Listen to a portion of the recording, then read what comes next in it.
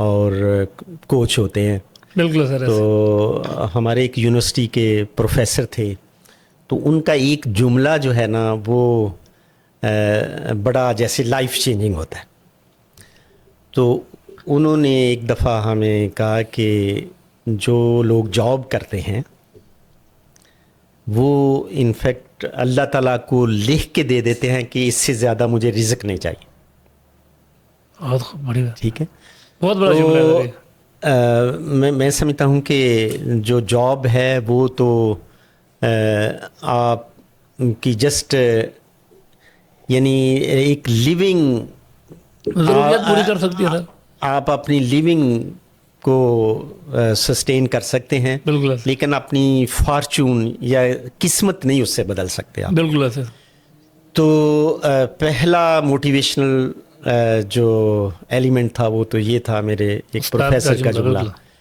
اور دوسرا جو میں سمجھتا ہوں کہ بہت ایک چیف فیکٹر ہے جو بڑا سیٹسفائنگ ہے میرے لیے, اور وہ یہ ہے کہ میرے اس وقت تقریباً پروجیکٹ آفیسز کو شامل کر کے 5 آفیسز ہیں.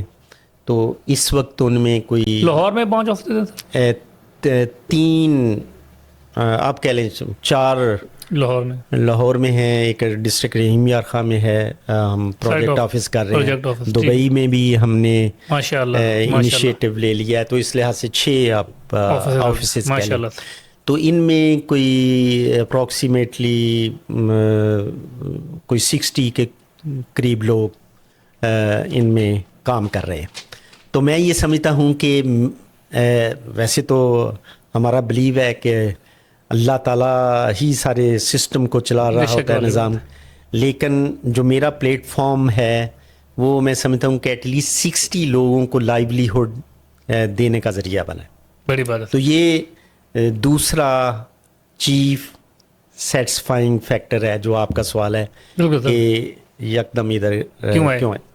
تیسرا جو فیکٹر میں عام طور پہ لوگوں کو بتاتا ہوں وہ یہ ہے کہ یہاں ملینز اور بلینز کی ٹرانزیکشنز اس سیکٹر میں ہوتی ہیں. بالکل سر. اور میری ایک ریفرنس اسٹیٹمنٹ ہے کہ جب آپ کسی گراسری اسٹور پہ جاتے ہیں تو اللہ نہ کرے وہاں آپ کو کوئی ڈسیو کرتا ہے تو آپ کو کتنا نقصان ہوگا, 200, 300, 400, 500 کا.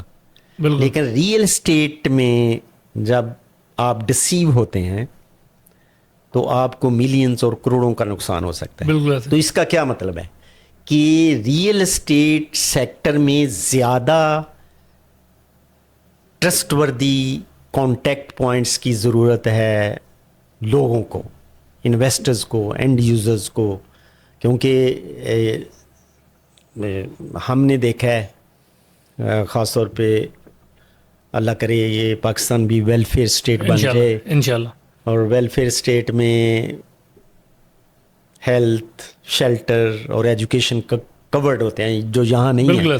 تو ہم نے دیکھا ہے کہ بڑے بڑے اچھے پروفیشنلز ساری زندگی کماتے رہتے ہیں, لیکن ان کا ایک خواب ہوتا ہے کہ ریٹائرمنٹ کے بعد ایک گھر بن جائے. لیکن وہ اس گھر کی کوشش میں بھی کسی ایسے ایجنٹ کے ہتھے چڑھ جائیں یا ایسے یعنی انہیں کوئی ریلائبل, ٹرانسپیرنٹ اور کوئی پرسن آف انٹیگریٹی نہ ملے تو اسے بڑا لاس ہو سکتا ہے. تو یہ میری کنوکشن یہ ہے کہ یہ جو سیکٹر ہے اس میں تو زیادہ پڑھے لکھے لوگوں کی ضرورت ہے, بڑے ریلائبل لوگوں کی ضرورت ہے, پرسن آف انٹیگریٹی کی ضرورت ہے.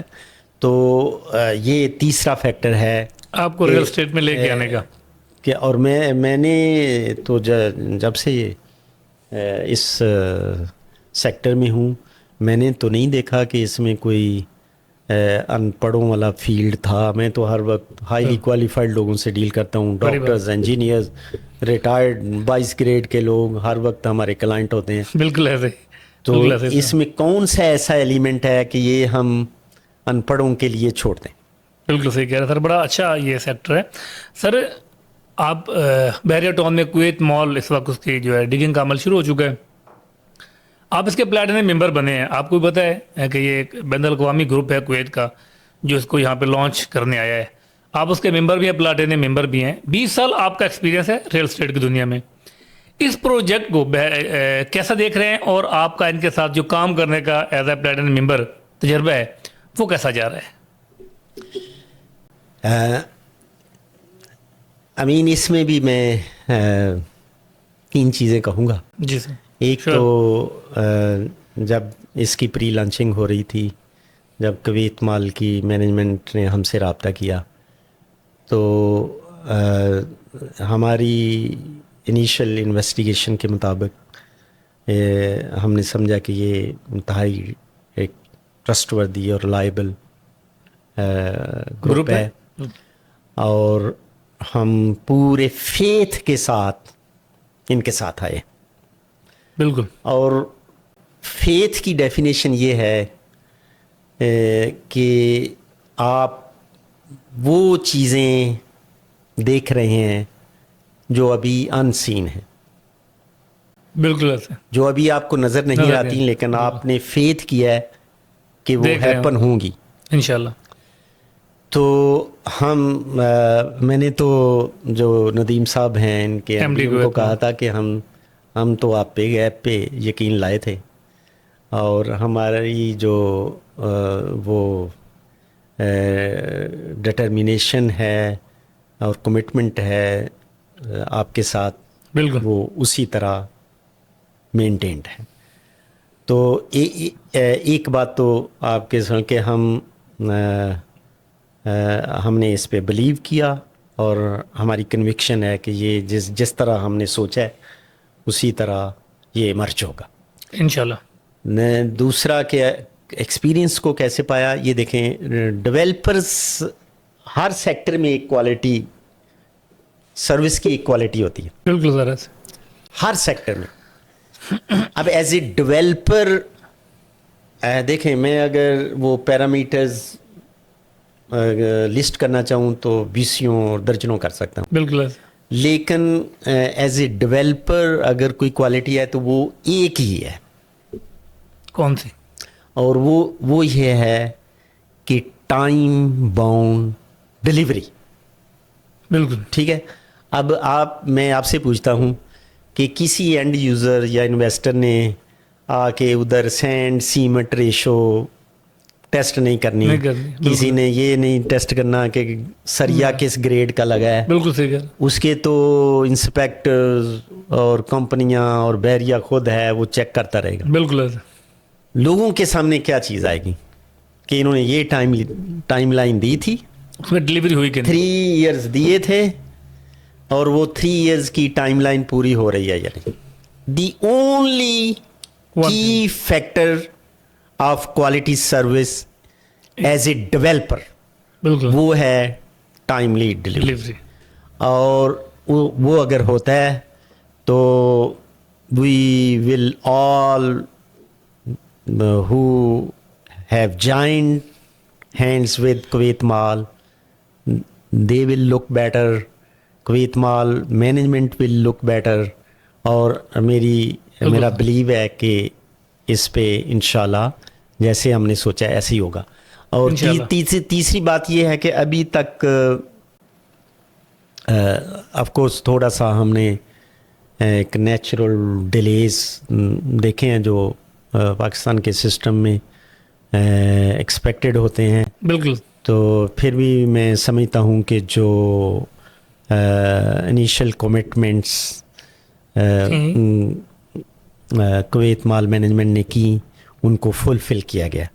کہ مطلب پلاٹ کافی بڑا تھا, اس کی کنسولیڈیشن میری انفارمیشن میں ہے کوئی 15.5 کنال کو کی کنسولیڈیشن ہو چکی ہے, اس کی ڈیمارکیشن ہو چکی ہے, سائل پروفائل ٹیسٹنگ ہو چکی ہے, پھر ڈیمارکیشن ہو چکی ہے, تو ڈگنگ یعنی ایکسکاویشن کا آپریشن بھی شروع ہو چکا ہے. بالکل. تو سٹارٹ چونکہ لیا جا چکا ہے.